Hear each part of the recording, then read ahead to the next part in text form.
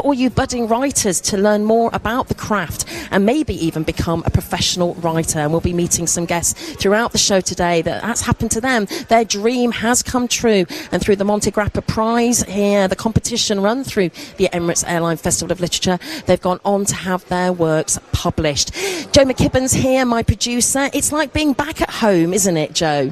You have taken the words out of my mouth, Suzanne. It's the 9th year, and you've been here all 9 years. Does it feel like 9 years? It really does. And, you know, it's a family we've met and seen today. People had saying hello, hugging, meeting, greeting each other. The literature buffs and the people like yourself who just love a good read. Oh, I know. And I'm always reading, and I'm always in the middle of a book. And the current book I'm reading is called The Axeman's Jazz, and it's set in 1990 New Orleans, and it's a thriller. And I've actually started moving into thrillers, which I quite enjoy. And I never used to.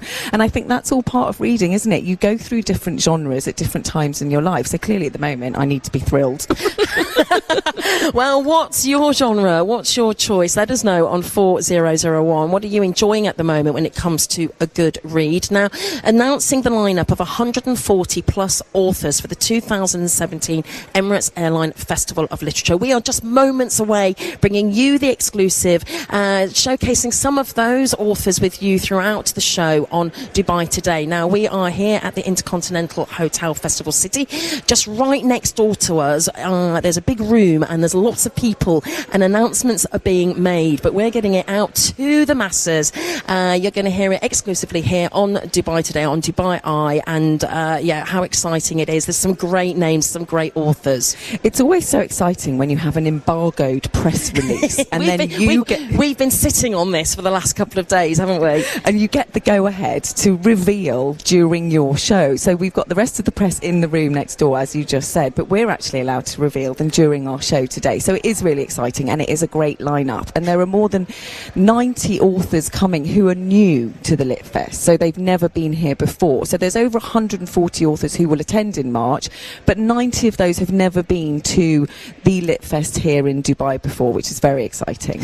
It is exciting. It brings back memories of Lit Fest previous that have gone before, and just as I was dashing out the door this morning, grabbed a few books off the shelf in my lounge, and some of them were books that are of authors that have appeared here at the Emirates Airline Festival of Literature over the years. I've not read it yet, actually. I bought this because I was in Portugal over the summer. The High Mountains of Portugal, the international bestseller by Yann Martel.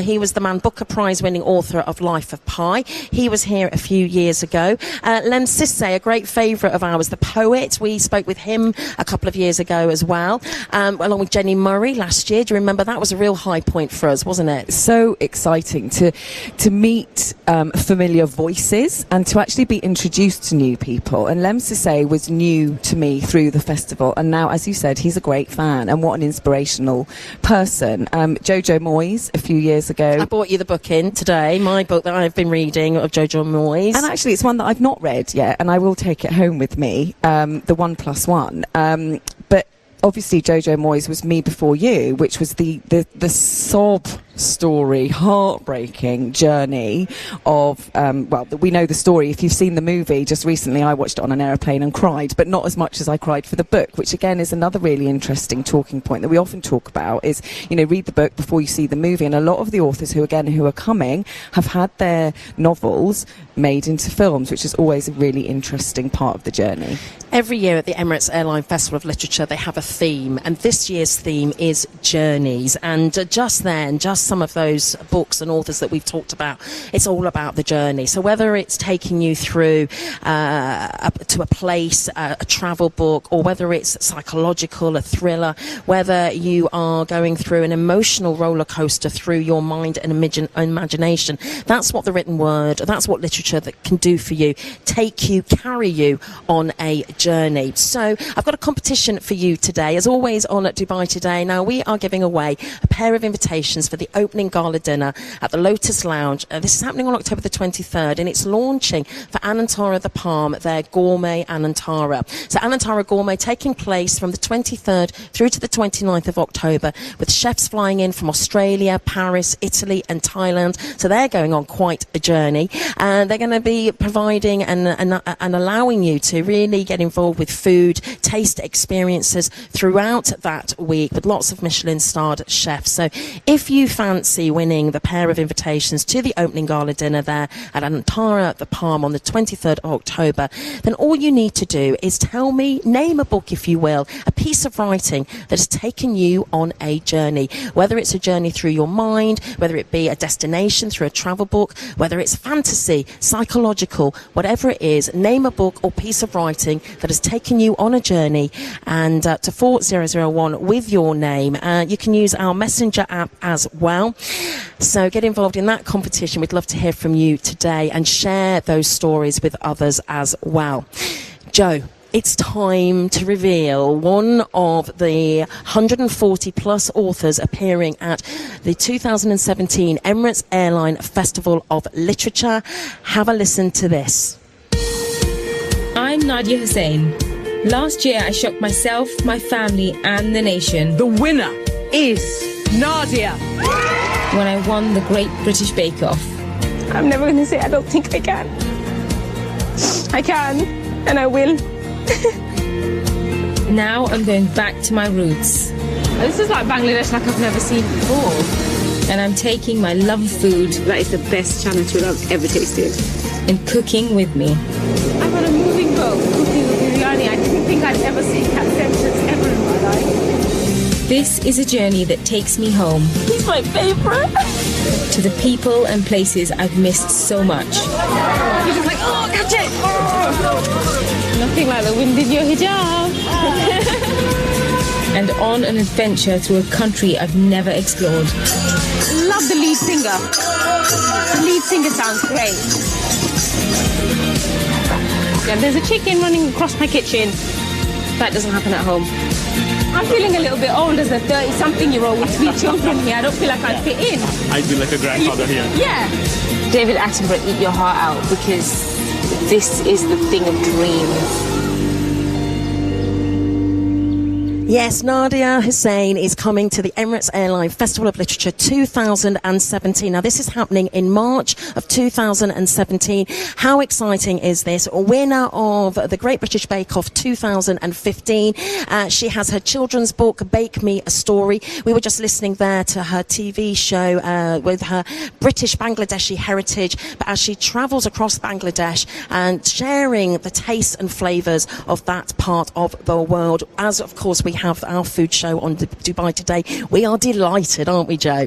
We really are. And her new television series, The Chronicles of Nadia, which has already gone out on the BBC, again, it's her enthusiasm, her infection, her infectious smile, and also her obvious skill and talent as a cook and a chef, moving away from a baker into, you know, the world of cook and chefing. And then also here, another chef who's coming, of a new cookbook. Another announcement of a book that I forgot to bring in and I meant to bring in is Persiana by Sabrina Gayhor, and she won the Observer Food Book of the Year for Best New Cookbook a couple of years ago, and it is a gift that I give and give and give to people for Middle Eastern cooking. 140 plus authors are coming to the Emirates Airline Festival of Literature in March 2017. That's just a little taste and flavour, because of course there's always a foodie element to the festival, but of course it's diverse in English, in Arabic, crossing all genres of novels, from the fiction to non-fiction, and of course there's lots of events and workshops around the festival for you to get involved in as well. Stay with us. We are broadcasting live from the InterContinental Hotel Festival City, bringing you the exclusive, giving you the names for the Emirates Airline Festival of Literature 2017. You're hearing it first right here on Dubai Eye.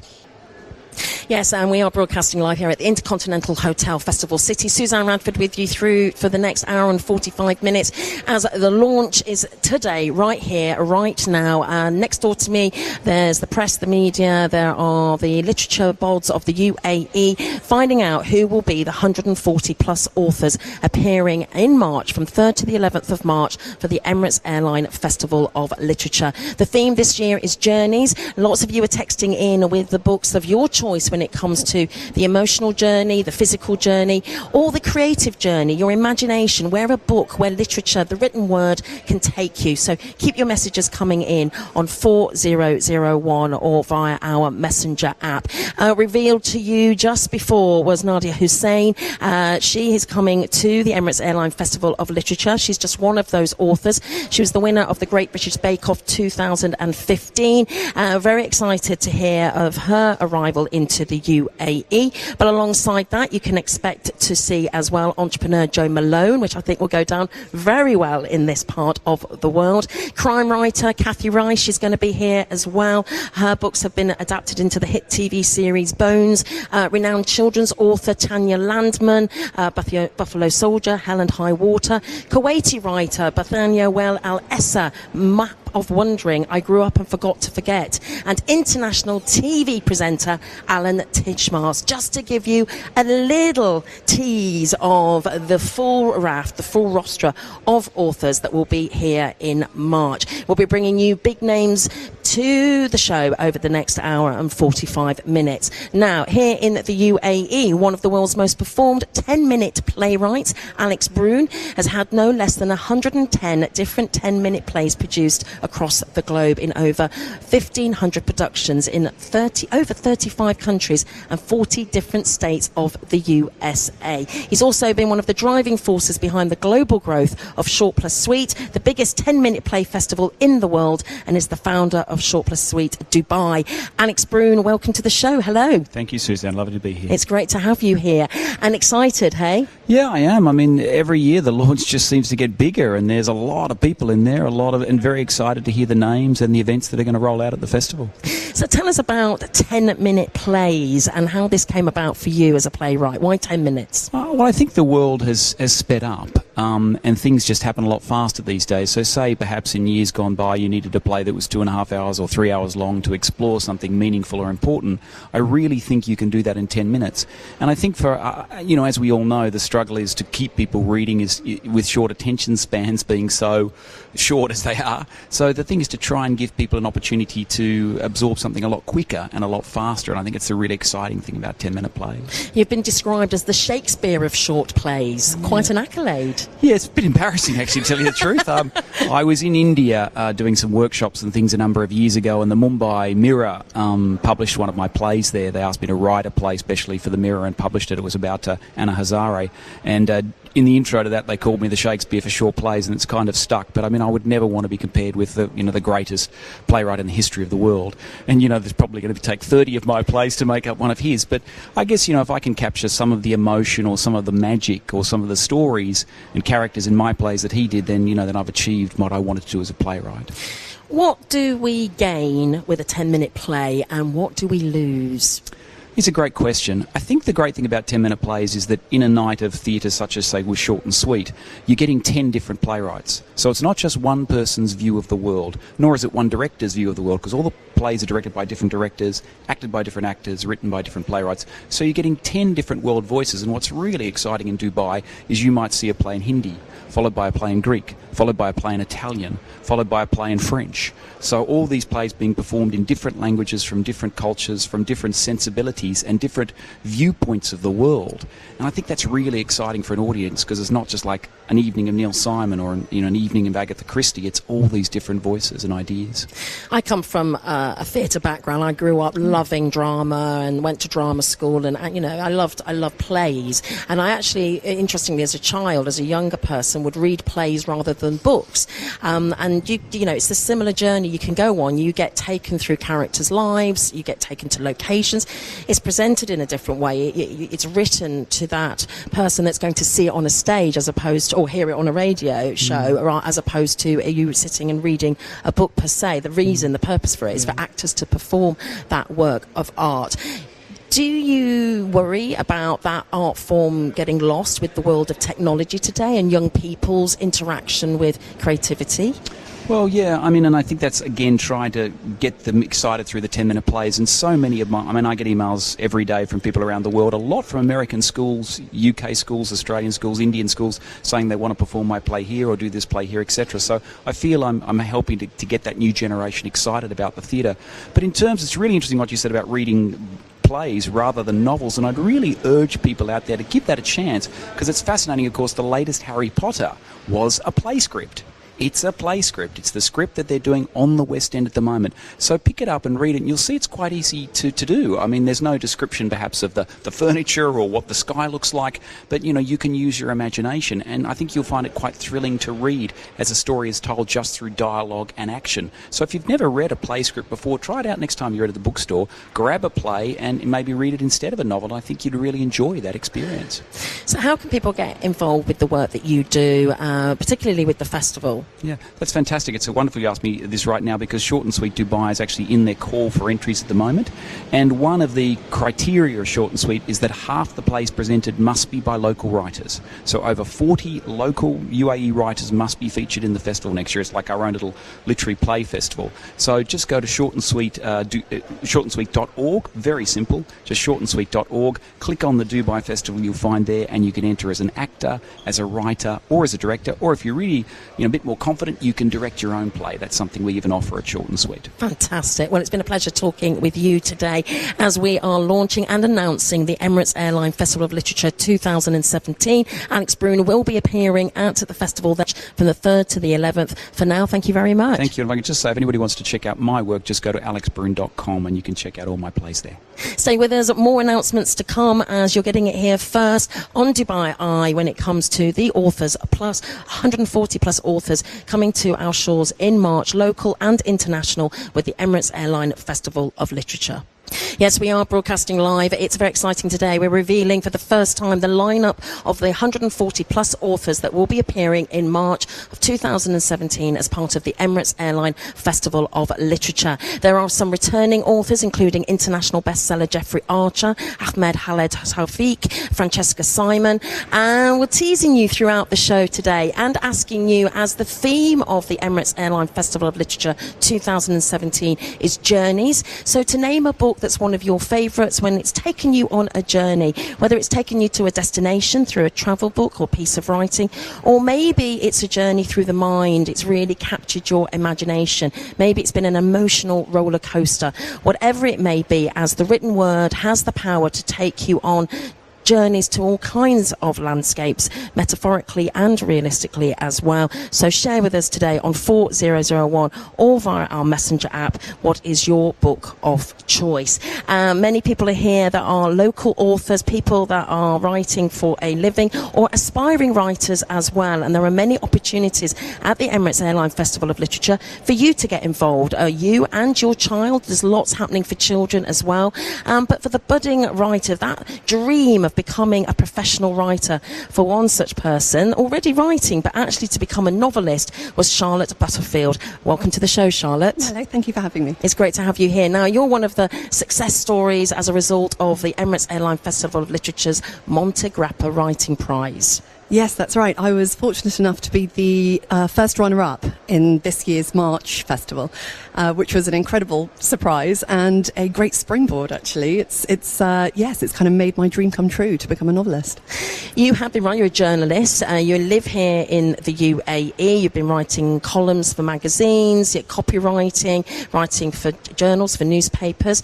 You were studying for a PhD in women's literary as well. Tell us a bit more about that. Yes. So after doing my master's in gender, women and feminism, I then started my PhD, and I did 2 years of that. But on the side, I was a journalist and selling all my sort of magazine articles and newspapers to pay for my studies. And the more I did that, the more I did less of my academic work, and so then became a journalist full time. And I've been a journalist now for 15 years. And after having my third child, I became freelance journalist and copywriter, and then wrote the novel So tell us about that journey for you, writing a full novel. Yes, it was quite a scary thing because I think with lots of journalists, you think, okay, well, I'm a professional writer, of course, I've got a novel in me. But until you sit down without a deadline, without a commissioned brief, and suddenly you've got a blank screen and have to write your own story, that's quite a scary thing. And thankfully, after a few sort of botched attempts, it sort of happened, and suddenly, my fingers were flying over the keyboard, and it sort of wrote itself, really. How long was the process? Well, I was on my own sort of deadline because I had a 6-month maternity leave, and so it's quite rare to have a sort of period of time where you're not working, and so thankfully babies sleep quite a lot, and so when he was sleeping, I was bashing out the keyboard, and so probably 5 or 6 months, I'd say. So when did you, or how did it come about that you entered the Monte Grappa Writing Prize? Well, I actually self-published the novel. I think I wasn't yet ready to go on the whole sort of, the turnstile of publishing. So I self-published to put it out there and see what people thought.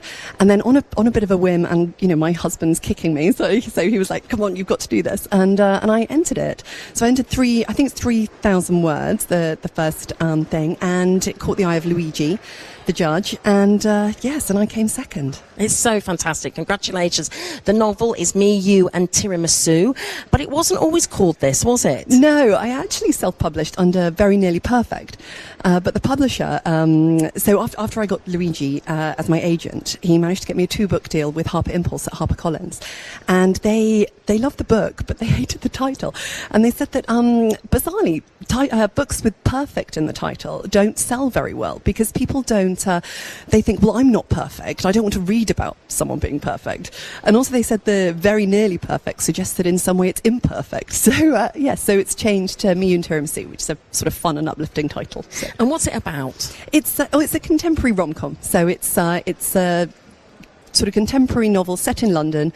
These two people meet each other after knowing each other as children, become reunited, and they fall in love. But he is a chef, and he uploads some of his how to cook videos onto YouTube and becomes an instant success. And it's sort of how she deals with the success of her boyfriend, who and suddenly it sort of throws their relationship into a bit of disarray, and how they get through that. It's such a great story, and it's an inspiring story for others who are sitting at home or in their cars today listening to this thinking, well, I've written a bit, I've got an outline, maybe I've maybe even completed a book like you did. Yeah. What advice would you have for them who are maybe thinking, I don't know what to do next or where to go next? Well, I would say, without the Monte Grappa, I would still be sort of beavering away at my keyboard at home, putting my novel in a drawer. It's such an enormous opportunity for people to go that one step further and to actually get a proper agent, a living agent, to read their things. You hear of these massive slush piles that agents are sitting on and publishers are sitting on. To get someone to actually read your work is the first step. And if you catch his eye, then, you don't know what can happen. It's very exciting today as we're here at the InterContinental Hotel, Festival City, for the launch of the Emirates Airline Festival of Literature 2017. Charlotte will be appearing there. You'll be able to sit in the conversations that happen throughout the festival running in March. You get to meet the authors, you get to get your books signed, so there's a lot of interaction, but there's also workshops. There's a Monte Grappa Prize as well that might inspire you to move you on a little bit further. But what's next for you? So are you in the middle of another book? Well, actually, so when I got the book deal with HarperCollins, it was a 2-book deal, and I signed the contract in May, and they said, well, obviously we want the second book by October, and I said, okay, that's fine, a year and a bit, and they said, no, this October, and so they gave me 3.5 months to write the second one, and I finished it last week. Did you? So, yes. So the first book, Me, You and Tiramisu, launches at the this Litfest in next March, and then the second book comes out next October, so it's pretty scary to write a second one in 3 months, but I did it. Well done. Well, you are an inspiration. It's been a real pleasure talking with you. We look forward to reading the books and to seeing you at the Emirates Airline Festival of Literature in March of 2017. But for now, Charlotte Butterfield, thank you very much. Thank you very much. Lots of names being announced throughout the morning here as we are launching the Emirates Airline Festival of Literature 2017. And I can reveal for you another big name coming to the UAE, and that is Lucy Hawking. At my son's birthday party 8 years ago, and I've just realised it was actually 8 years ago this weekend, I heard one of his friends ask my dad a question. And the small boy kind of sauntered up to him and said, "So, Stephen, what would happen to me if I fell in a black hole?" And the little boy asked the right person, because my father is an astrophysicist, and so he really likes talking about black holes at parties. "You would be ripped into spaghetti," my dad replied. And the children were delighted. They were like, "Spaghetti, of course." And they started spaghetti dancing around the kitchen. And watching them, I could see they had no problem visualizing this. Their imaginations were open to exploring the universe. And they had this kind of childlike wonder and joy and this natural affinity with the subject matter, which made them just like astrophysicists. Now, the adults in the room looked confused. They were trying to put on their intelligent faces and pretending that they understood, but they didn't get it. And I could see they wanted to understand, and they were already kind of worrying about the inevitable follow-up question on the way home in the car, like, "So, Mum and Dad, what is a black hole?" And so you could say, when I heard the boy ask the question, I had 3 revelations. The first was that the children were fascinated by the subject matter. Now, my father has long-term ALS, and so he speaks through a computer. So he has to activate an infrared beam by a twitch of a cheek muscle, and this infrared beam connects to the cursor on his computer screen, and so the rate of speech is quite slow. It's around 3 to 5 words a minute. But the kids didn't budge. While he was typing up the answer, they just stood there. They were fascinated. They really wanted to know. Now, the second revelation was that my father had not only the wit and the knowledge to give his young audience an answer, but he could give them an answer they related to. So, a black hole, of course, as we know, is a region of space where gravity is so dense that nothing, not even light, will escape. And if we were to go to the edge, to the event horizon, and fall in, we would be ripped into shreds, we would be turned into spaghetti, an everyday dish which all kids can picture. And the third revelation was that the question, what would happen to me if I fell in a black hole, was in fact a story. And I could see that this was the way to explain astrophysics to this age group.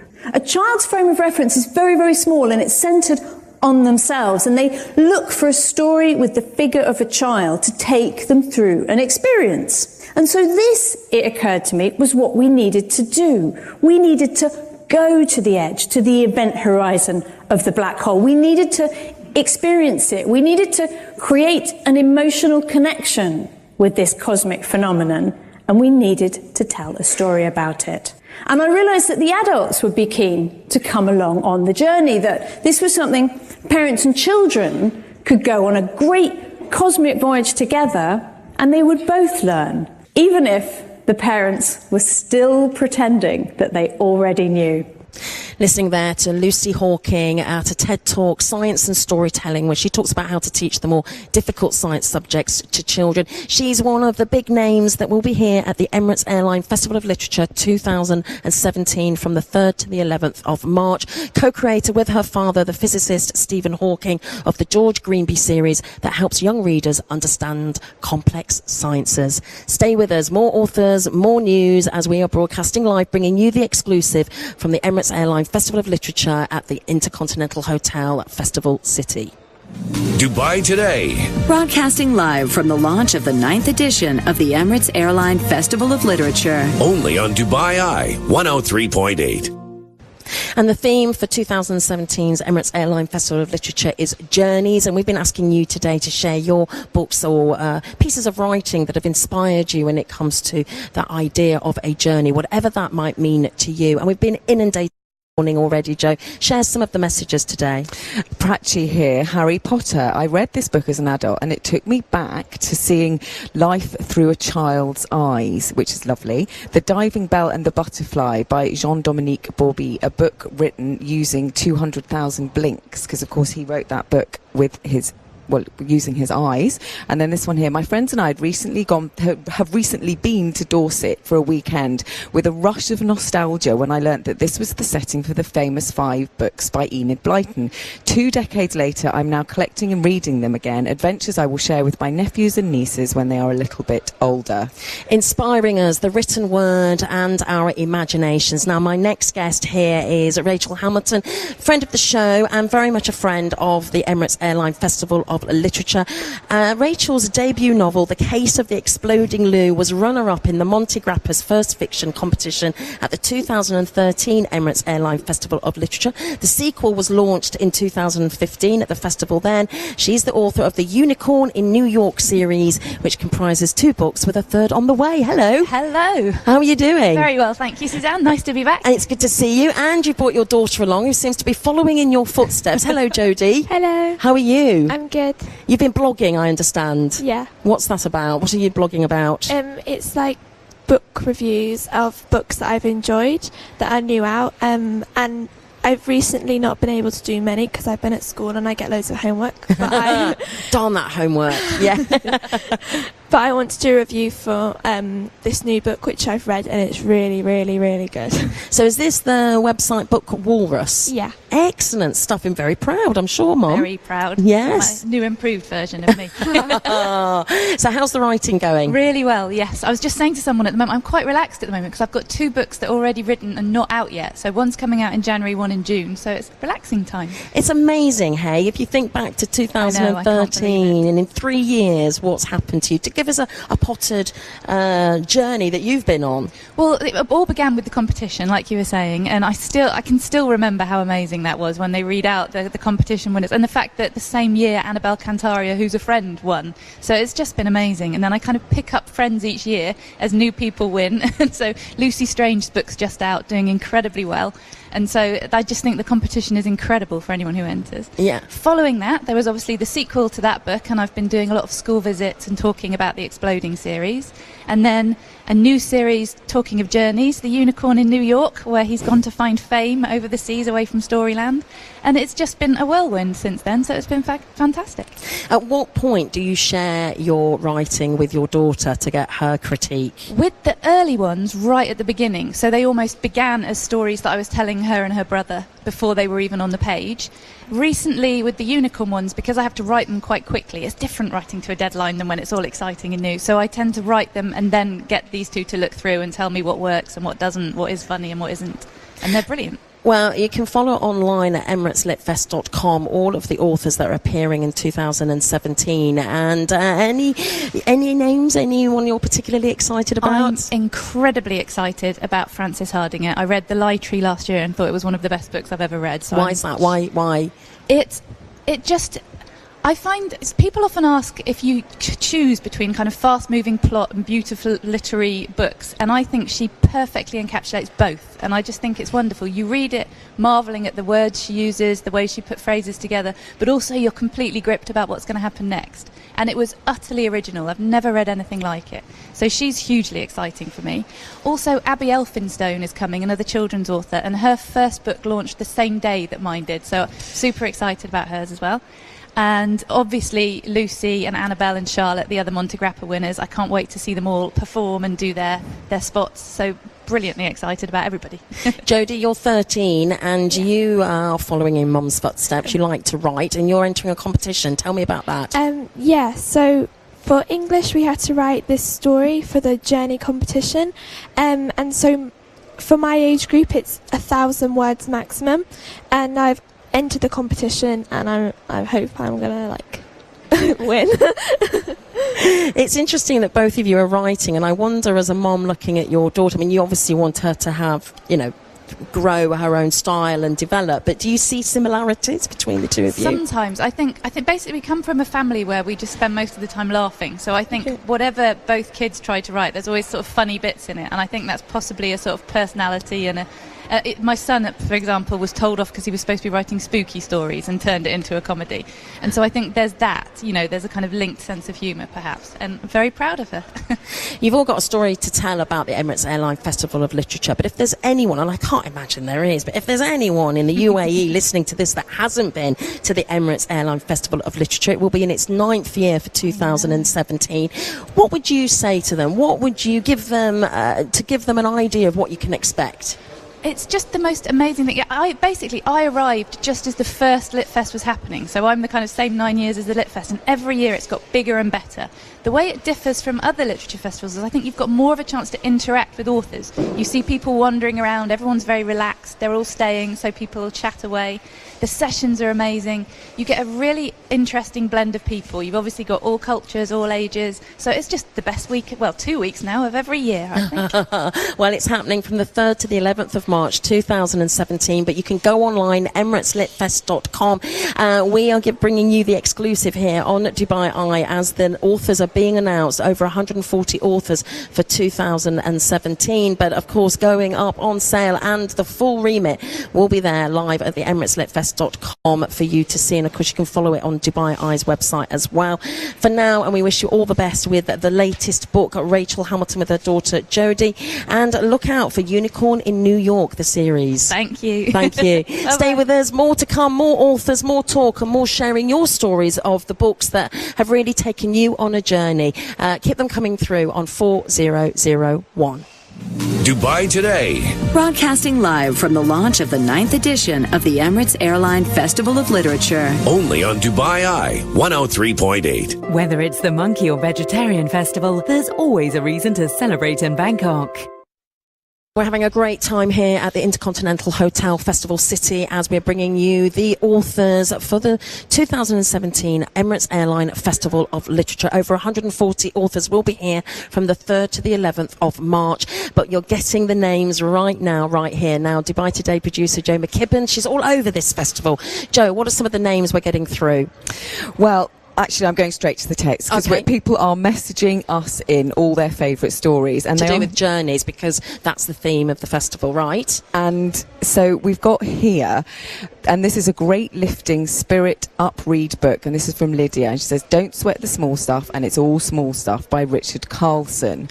Also here, honestly, people, this is what amazes me about this festival, is that reading does engage people, because these messages are brilliant. Here we go. Shoe Dog by Phil Knight. This took me back to the days when I would run a lot, and the freedom of thought and clarity of mind when you go on runs. I wish I could go back to those days, but nowadays I've got bad knees and extra kilos that stop me from doing that. Well, on that note, come and join us then. Join me on a Monday evening. I'm starting my wellness walks every Monday evening with Gulf for Good. So if that's something you're interested in, it will be from 8 o'clock in the evening. We'll be giving you a location where you can come and meet, walk as a group, keep fit, get fit, and the mindfulness, the health benefits of walking as a group as well. And it's a real pleasure to be hooking up with Gulf for Good and doing that every Monday evening. So if that's something you fancy, do text in wellness to 4001 and we'll connect you and let you know where the wellness walk will be happening this coming Monday. Now, also on the agenda for the 2017 Emirates Airline Festival of Literature is the motto: happiness, tolerance, diversity and peace, which can be discovered through books. And they're selecting an exceptional group of authors of more than 30 nationalities who advocate the same message, and that's something else you can look to via the website emirateslitfest.com and look forward to in March. And I think it very much echoes the UAE, and it gives me pleasure to welcome back to Dubai Today. The last time we spoke was a few years ago when I was in Abu Dhabi, but this gentleman, along with his wife, particularly the gentleman to begin with, has been residing here since 1963 and written a book about it, really looking at the archives of the Abu Dhabi Petroleum Company, ADPC, the research, the stories, the photographs, the maps, the reports. I mean, imagine what was it like then in 1963 to what we have now, the United Arab Emirates, in 2016. The book is From Pearls to Oil. It's a real pleasure to welcome David Hurd. Hello, David. Hello. And it's great to be here, isn't it, at the InterContinental Hotel? Well, it's amazing. I mean, once one finds one's way here from Abu Dhabi, which is a long way away, and then finds one's way out of the car park down in the basement. I come up here and find these wonderful ladies sitting here with their microphones in front of their faces. I'm sure it was a lot quicker getting here today than it would have been in 1963. Well, it was different then, wasn't it? Yeah. Well, tell us, you were here, we weren't. What was it like? Oh, well, it was different. There wasn't a road or anything like that. There was a track. And you would bump your way along this track, and then you would see tracks going off to the right and the left, and you'd think, that looks a bit better, I'll take that track over there. And then you might see a car coming the other way, but it wasn't as though it was a few yards across. It was about a mile over there because he'd found another track. And then the tracks had all come together to pass a particular obstruction, like a sand dune or something, and you would fight your way over the sand dune. And finally, after all of this, you would get to the last sand dune. You would race up this dune, of course, and find yourself in Jumeirah. Well, somewhere in Jumeirah. I mean, the zoo was, I think, the first place that you saw after that. The zoo was there then? Oh, that's been there a long, long time, Yeah. yes. And we came to it occasionally because there was a wonderful man there called Otto Bullard who ran the zoo there for a number of years before... Well, I think he was kidnapped to Elaine or something, to the zoo there. He was a remarkable man. What brought you to our desert then in 1963? Well, I'd graduated in physics and geology, and I was looking for a bit of adventure and something different from the sort of run-of-the-mill jobs that... Well, I could have chosen a lot of jobs, I suppose, in the UK, I don't know. But I wasn't looking that way. So I looked overseas and I saw this tiny advertisement in the newspaper. I think it was the Times or something, which I don't really look at very often. But anyway, it was a large Middle Eastern oil company, heaven knows what, that was looking for graduates, science graduates. So I applied and they took me. And then... But did you have any idea where you were going to? No, not really. Good heavens, they said Middle East, the Middle East is a big area. And then it said over the top, Iraq Petroleum Company. So, oh, that's interesting, Iraq. Yeah, let's have a look at a map. And then they said, well, we can't send you to Iraq. So, okay then, where? And they said, go to Qatar. We're producing oil in Qatar. It's a nice place. We've got nice compounds there and... families and sporting facilities, sailing, and I don't think they said golf. Anyway, it's a nice place to go. I said, hey, where else? And they said, Abu Dhabi, but you don't want to go there. That's really rough, and, we only send, I wouldn't say strange people there, but anyway, they were a wonderful gang I found when I got there. And I actually do maintain contact with some of them, and I hope next week to go and visit one of them down in Cornwall. How fabulous. I mean, you would have had no idea you would have stayed so long, I'm sure, back in 1963. And the changes, of course, that you've seen. Tell us a bit about the book, From Pearls to Oil, and some of the, I suppose, in the time that we have, David, some of those moments that you'd like to share with the listeners and your readers. Of course, the book is all about before I came here and about these strange characters who came here to really get the agreements with the rulers and so on back in the 30s. And I have my hero, who's an Englishman, Adgie Williamson, and I have his enemy, Frank Holmes. And I haven't got the text in front of me at the moment, but one of my favourite bits is where I describe how Adgie Williamson, who had really been totally absorbed into the local culture, and the comparison between him and Holmes, who was still very, very British, although he was a New Zealander, so I suppose he was more British than British. And in the evening he would sit down by the creek here in Dubai at the company house with one or two friends, and they would have a drink, and then they would sit down to dinner at a table with silver and crystal glasses, as they did. Well, they did actually, and have a fine dinner, and then they would maybe have a cup of coffee and something else, and then sit down and have some bridge, play a game of bridge or something, and then they would go off back, some of them to Sharjah, which was a long way over the desert. Whereas Adgie Williamson, he would be with a group of his local friends sitting on the ground, darkness all around, maybe a rug, and then someone would bring the food in a large tray. They would each reach out for a handful and carefully mould the rice in their hands and pop it neatly into their mouth. And then when they had finished, someone would come round with a little basin of water and a kettle and pour water onto their hands, and then they would wave them in the air to dry them.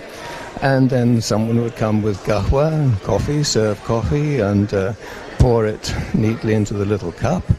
And then when that was done, someone would come round with the oud, and they would waft it into their beards. They all had beards, of course, including Hedgie Williamson, who was sitting there among them. And then someone would recite a little bit of poetry, which everyone appreciated enormously, or at least they pretended to. And it was great fun. And when it was all over, the final kahwa, they would all get up and quietly disappear into the night. Just amazing to have those stories and to bring those stories alive through the book From Pearls to Oil. David, since 1963 to 2016, so much has happened in the region. But for you, what do you think today? What do you think about this place? Because you've chosen to stay here with your family and live here still as you've retired. So what would you like to say about the UAE in 2016? Well, that's a difficult one, isn't it? It is wonderful. It is amazing. We never, ever could have possibly even dreamt that it would turn out like this. And I think it's a great credit to all of those who have been leading the changes and developments over the years, that it has turned out so well. It's wonderful. And it's really lovely to have been, and we're honoured, Frauke and I, to have lived here and seen, observed the changes as they've gone from one thing to another. It's like, sometimes I think it's like we've lived in 3 or 4 different places over the years. And yet they're the same, because the people are the same, and friends of many years ago are still good friends today. And that's lovely. You don't find that in every society. No, this is unique. David Hurd, it's a real pleasure talking with you today, and you can sit in the session in the Emirates Airline Festival of Literature in March of 2017 and hear more of David's journey and stories with his book From Pearls to Oil. For now, David Hurd, thank you very much. Well, thank you. It's a pleasure to meet you. We're getting all carried away with the excitement here at the InterContinental Hotel, Festival City, as the names are being launched today and announced of the authors, over 140 authors, from the 3rd to the 11th of March 2017, as the Emirates Airline Festival of Literature officially happens right here, right now, and it will take us on a journey over the next few months. Now, Jo McKibben's here, my producer. She's now got the names, some more names. Who have we got coming? Well, what I really enjoy about the festival is that alongside authors who write fiction novels, you have journalists and broadcasters who join us over here. Now, Bryony Gordon is a feature writer and a columnist for the Daily Telegraph, and she is author of critically acclaimed Mad Girl, which is about mental illness, and she's very amusing. Now, another journalist who I follow avidly, who writes for The Guardian, he's also written 6 books. He's a non-fiction writer, and he's called Jon Ronson, and he is a very, very intelligent journalist, and he covers a topic that you and I cover, Suzanne, with Press Like, and something that we're very passionate about. And his latest book is called So You've Been Publicly Shamed, and it's about the world of online shaming, which, as you know, it's serious stuff, and also something that we follow. And he's coming in March, and I'm really interested to hear him. Another person that's coming to the Emirates Airline Festival of Literature 2017, for all you green-fingered folk among you, he has been named Yorkshire Man of the Year. He was appointed MBE in the 2000 New Year Honours List. He has written so many articles contributing to the media, to press, and he's written many books as well. It's all about gardening, British gardening, and the man is Alan Titchmarsh. We always talk about our gardens as if we were the only things that mattered. But actually, we share our gardens with a whole host of other creatures that have every bit as much right to be there as we do. Some of them we don't get on with terribly well. Slugs and snails in particular are a real pain. But bees are vital. Bees are among the good guys. They pollinate your crops and flowers and bring your beds and borders to life with their buzzing around and endless energy. So I'm going to show you some ways of looking after them. So excited to hear that name on the list for 2017's Emirates Airline Festival of Literature. That is Alan Titchmarsh, bringing you international authors to our shores, as well as those residing here. And it's a real pleasure here at the launch party today at the InterContinental Hotel with her book, Moving Mountains, and she is Julie Lewis. Hello, Julie. Kuzu Zumpula and Namaste. I've just come back from Bhutan and Nepal, so I'm still in that space. And I've been following your social media. It's a place I truly would love to go to. And of course, with the theme for the 2017 Emirates Airline Festival of Literature being journeys, my goodness, the journeys you have been on. Yes, absolutely perfect. And it's a great metaphor for life in terms of the person that you become as a result of taking that journey, whether it's geographically or physically or mentally, or actually through reading some great books, you know, that you go on a journey with the author. So very, very excited to be part of the 2017 festival again. Exactly. You were here last year as well. And it's all about those sessions where people can come in, sit in and meet their authors, hear their authors in conversation, get to ask them questions, get their book signed afterwards. And it really is like returning home, as it will be the 9th year of the Emirates Airline Festival of Literature. So back here in the InterContinental Hotel. Now, you've just been next door as those names have been announced to the guests that have been invited today. What was it like in there? It was fabulous, and you know, the suspense is finally over. You know, we've kind of 140 authors, and I love the way that they use the globe, because you know that the world has become a much smaller place with travel now, that we can be anywhere within a few hours, completely different world. And so to bring authors from all around the globe and to focus on the different categories of books and show the countries that they're coming from, and of course, you know, the local authors, absolutely super. And James Harrington did a great job, you know, announcing that, and through his illusionary tricks as well, and engaging the audience. So yeah, some live performance really happening. Yeah. And again, if you've not been to the festival, it is about the written word, the spoken word, but it's also, and about the books, of course, but it's also, there's a fringe festival happening alongside. There's lots of ways for people to get involved, for children to interact. There's school visits as well. There's workshops and seminars. So there really is lots for you to engage in. So check out emirateslitfest.com. Now, I'm holding your book in my hand. Actually, I bought it from my bookshelf today. I grabbed a few books on my way out the door. Moving Mountains, Discover the Mountain in You, Julie Miles Lewis. We've spoken before about the book, Julie, but I never tire of hearing your story. So why, having been out there exploring the world and inspiring people, and, you know, through the health and wellness side of what you do, why did you want to write a book? The goal was really to impact more lives, so you don't have to physically go on a journey just to actually start reading the book. You actually very, very, you know, present with the people, because there's around 29 stories there of wonderful people that I've met over the last 14 years since I started Mountain High. Their stories, their journeys, their transformation, basically, because the minute you start traveling from what's known into the unknown, then change happens, and it's really transformational. So to be able to share that, share the inspiration, share the stories, and encourage people to climb their own mountain, whether that's a real one or it's a physical or a mental mountain. And when you challenge yourself, that's when you discover the mountain within you, that strength, stability, resilience. The mountain for me is a great metaphor for life. You said that to me just before I climbed Kilimanjaro with Golf for Good, and yes. You've climbed Kili a few times. Yep. I thought a lot about what you told me, how you advised me to take on the mountain, and it really was an amazing experience. And I, like you, would advise people to do something, whatever it may be for you, that takes you a little bit outside your comfort zone safely, but what you can experience as a human being and how you can grow as a human being. Definitely. It's the journey of who you become as a result of taking those steps, you know, from the base camp to Camp 1, Camp 2, Camp 3. And it's just really rediscovering yourself, your strength, your spirit, and reconnecting with nature, because I think we have a little bit of nature deficit disorder in our lives, you know. So to actually step out of that autopilot, from home to work, from home to the shopping mall, to home to friends, from home to a whole new world where we're seeing, hearing, smelling, tasting so many different things that neurally we become, wow, totally alive again. And I think that's part of the excitement. You know, I'm still on a high from Bhutan and Nepal. It's just incredible, you know, and you can simulate that when you come home, the souvenirs that you bring. So you surround yourself with things that you've seen and experienced, and the memories. forever and ever. Yeah. Priceless, those memories. Stay with you forever. So what's next for Julie Lewis? Oh my goodness.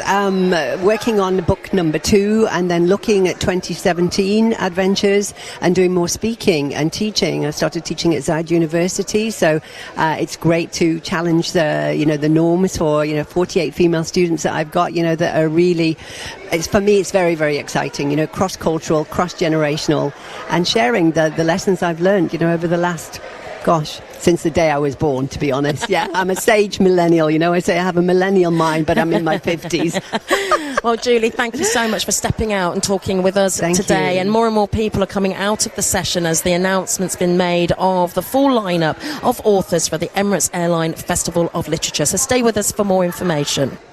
I'm bringing you the names of the authors that will be appearing at the Emirates Airline Festival of Literature 2017 from the 3rd to the 11th of March, with, of course, events happening from now right up until then. Really throughout the year, the festival has grown over the 8 to 9 years here in the UAE, bringing you international authors, local authors.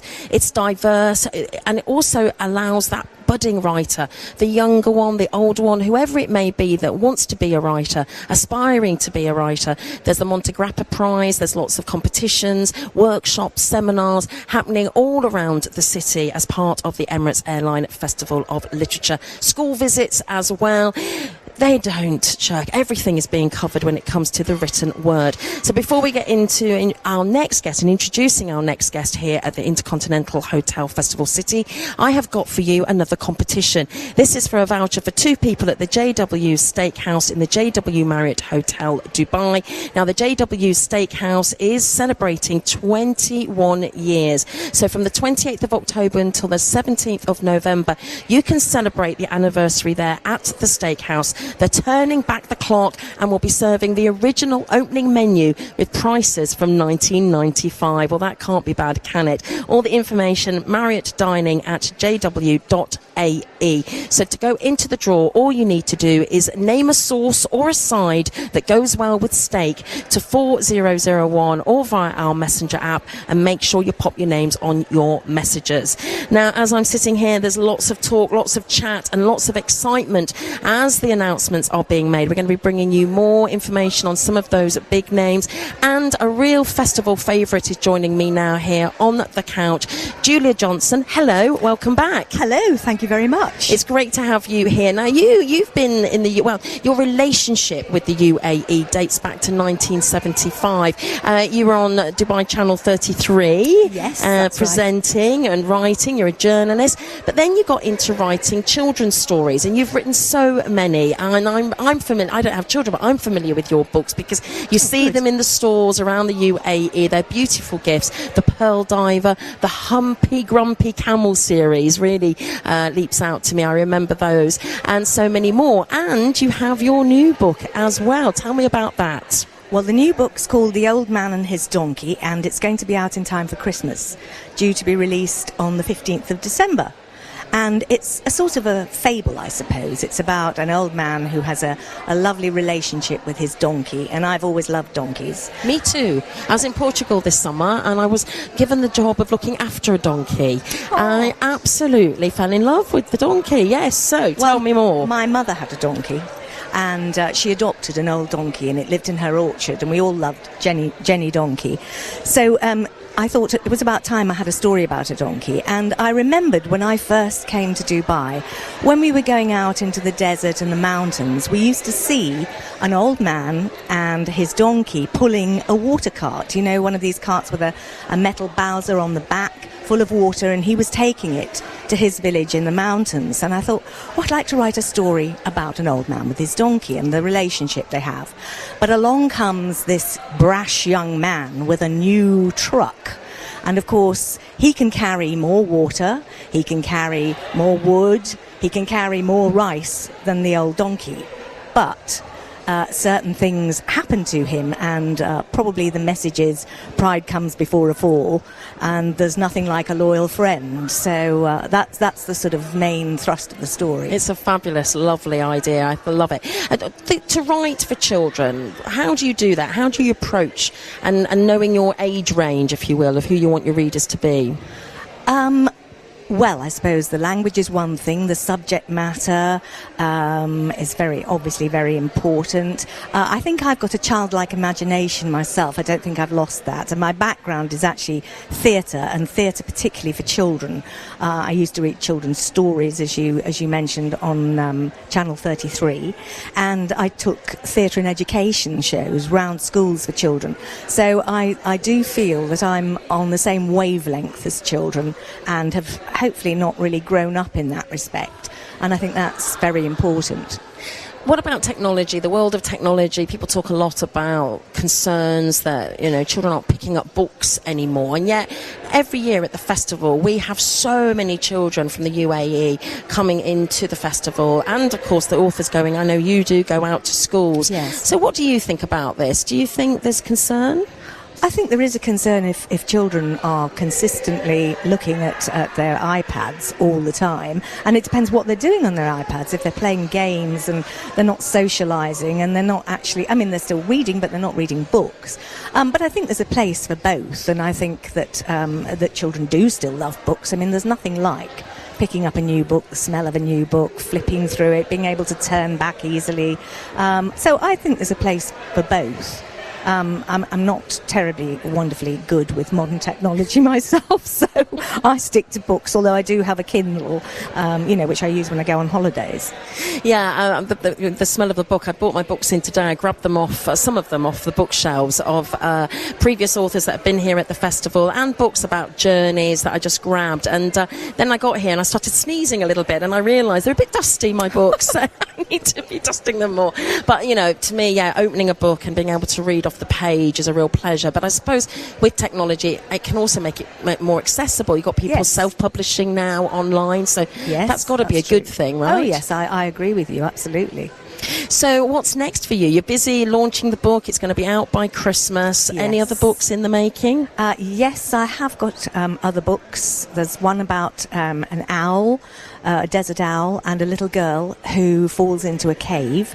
I tend to pick subjects that are fairly locally based, not always. Some of them could be set anywhere.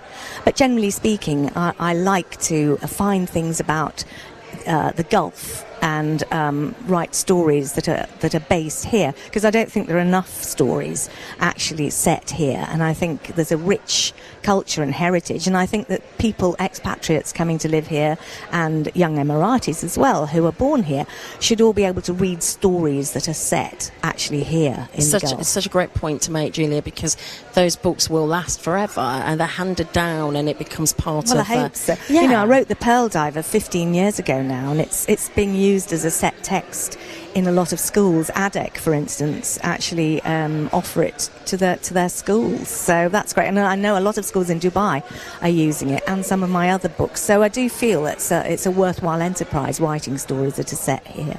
Julia Johnson, thank you. It's always a pleasure talking with you, and we look forward to being in session with you at the Emirates Airline Festival of Literature in 2017 from the 3rd to the 11th of March. Thank you for now. Thank you very much.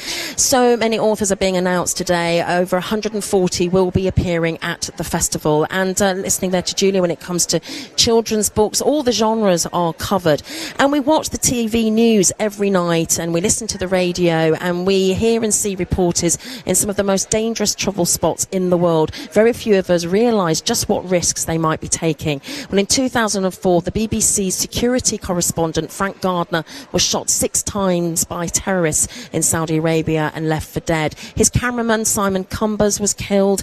He's talking about his fascination and love for the Middle East. He will be appearing at the 2017 Emirates Airline Festival of Literature. But here's a little glimpse of what's to come when he arrives here. I think a lot of people who love travelling and love languages are somehow kind of inescapably drawn to the mystique of the desert. And that's, I know it's a real cliche, but in my case, I'd met this explorer. My mum introduced me to Sir Wilfrid Thesiger, who was this sort of hangover from the Victorian era, really. And he had all these amazing black and white photographs of camel trains disappearing over undulating dunes in the Wahiba Sands, or the empty quarter of Arabia. So I later went and lived with the Bedouin in Jordan, which was a real experience. Your parents were diplomats. Yeah. And your mother was actually one of the very first women ever to enter the diplomatic service. Is that right? She sounds like a she was number very 3. inspiring woman. She was really inspiring. She died just after Christmas. She was 91. She had to wade through a lot of sort of misogynist, sexist prejudice. You can imagine what the Foreign Office was like in 1950. I bet. You're just a girl, type that kind of thing.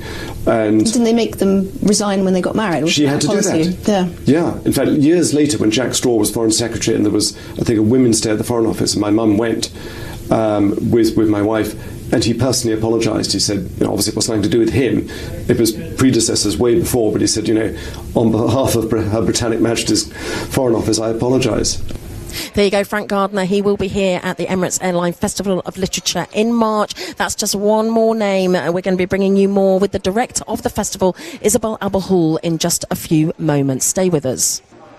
And the announcements are being made for the full lineup of authors for the Emirates Airline Festival of Literature 2017. The motto is happiness, tolerance, diversity and peace. And here to share more with us today on the show is director of the festival, Isabel Abelhul. Hello, Isabel. Well, hello. How are you? I am so excited. It was just, we've had the best turnout ever.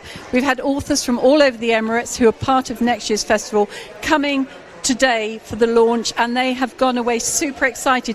They've discovered authors from other parts of the world, whether it's the Philippines, Pakistan, who they admire, and the idea that they can get together with them in the green room, that are going to be on panels together.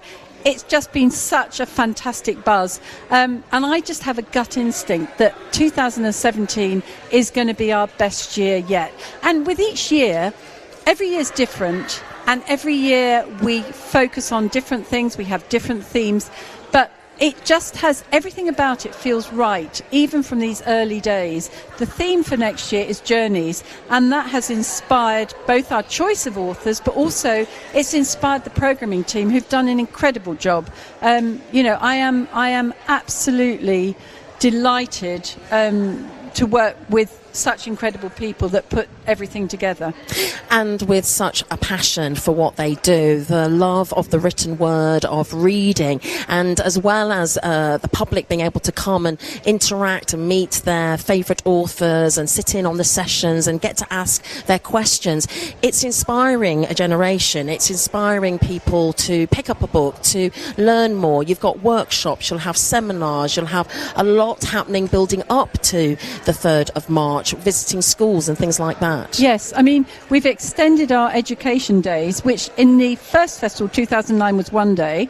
Then it went to 2 days. This year it's going to be 5 full days, where 140 plus authors will be spreading out across the Emirates to inspire halls full of students, because meeting an author can change your life. You can not be a reader, but then you see someone and you think, actually, he said he wasn't very good at school. She said that she failed all her GCSEs, but look what she's done. And so it is just that little spark.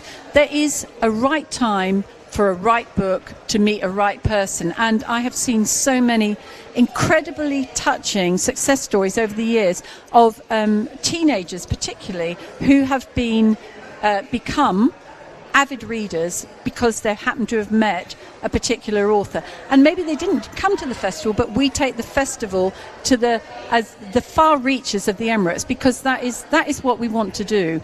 It is a simple desire to get as many people reading as possible for pleasure. It isn't because it's a Brussels sprout and reading's good for you. No, it's because if you read for pleasure, you have a lifelong gift that you will be able to expand your mind. You will become a more tolerant person. You will be someone who can view the world from different points of view, because when you read a book, you are in the mind of the writer. He is speaking to you and no one else, and you take away from each book something special. So I have a total passion, as do the rest of the team at the Emirates Lit Fest, about letting others in. And I consider it like it's a magic door, as if I'm in the wardrobe in Narnia and you go through to this world where books come alive for you. And I've never forgotten the first book I read on my own. And I was transported to a completely different place. I'd lost where I was. I had no idea. The motto is happiness, tolerance, diversity and peace, and many of the authors will be reflecting those ideologies, those notions, those ideas, and encompassing around 30 nationalities that will all be here as, representing the festival. Yes, there will. And I mean, it is really important that we have an absolutely international lineup of authors. But I also have seen today a wonderful number of authors who are from and reside in the Emirates, and every year it's growing, and the talent is just increasing in terms of not only does the festival provide for avid readers and mate readers, it's now providing a platform for would-be writers, and we see writers winning, for example, the Monte Grappa First Fiction Prize, going away, going to London Book Fair and getting international publishing deals because they've entered that competition. And to see hordes of them coming back and being on a stage with very, very large-selling, best-selling authors, because they deserve a place there, has been just so rewarding. So some of the names, Isabel, just to tease our listeners, and you can go online to emirateslitfest.com to get the full programme of what's to come next year, as in 2017, but just tease us with a few more names. Well, I'm really, really excited that Nadia Hussain, who won the 2015 Great British Bake Off, is coming. I had the pleasure and honour of meeting her in London in September, and she is every bit as wonderful as you would imagine from watching her. So not only did she win Great British Bake Off completely self-taught, she has written her recipes from Nadia's Kitchen. She's written children's books. She's also written 3 contemporary fiction novels, and the first one will be launched next January. So this woman, anything is possible for her, and she will be inspirational for us. But she's such a modest person, so humorous. She's got a great sense of humour, so I'm absolutely delighted about her, because I think she's a model for all of us. Actually, you can achieve things. And what was lovely is that it was her husband who encouraged her. She was a stay-at-home mum with 3 children. She used to bake him a cake every day, and he said, you should go on Great British Bake Off. Well, thank goodness, because we discovered this incredible star. So she's one that I'm really, really excited about. We're very excited about that. Peter Frankopan, the expert, the historian from Oxford University, The New Silk Road, an absolute bestseller. He will be coming and talking about that. We have got so many different people. Francesca Simon's coming back. Ben Miller. I'm excited about this. I have to tell you, they were all doing interviews, so I met Nadia, I met Jeffrey Archer's coming back again, and also Ben Miller. And Ben Miller's latest book is called The Aliens Are Coming. And so we were standing there, Jeffrey Archer, Ben Miller and me, and I said to Jeffrey Archer, I believe in aliens. And so he went to the side of the wall and banged his head. He said, Isabel, just stop it. And it was just so funny. I mean, he's a funny guy. Oh, he is completely unputdownable, Jeffrey Archer, in his writing, but also as a person. He has got this wicked sense of humour, and he just, let loose in the studio. They were recording interviews with them. It was just so funny. But Ben Miller is brilliant because he is a comedian, but he has this very real feel for helping people like me who I'm not a scientist, I would never profess to be, but he makes it at a level that I can read and enjoy it. Also, we've got Lucy Hawking, the daughter of Stephen Hawking, the scientist. So she writes wonderful science stories for children. Where do you stop? Well, you know what? You don't stop. You just keep on going. The journey starts right here. Check out emirateslitfest.com. Isabel, thank you so much for your time today. Festival Director Isabel Abelhoul. And it's the Emirates Airline Festival of Literature.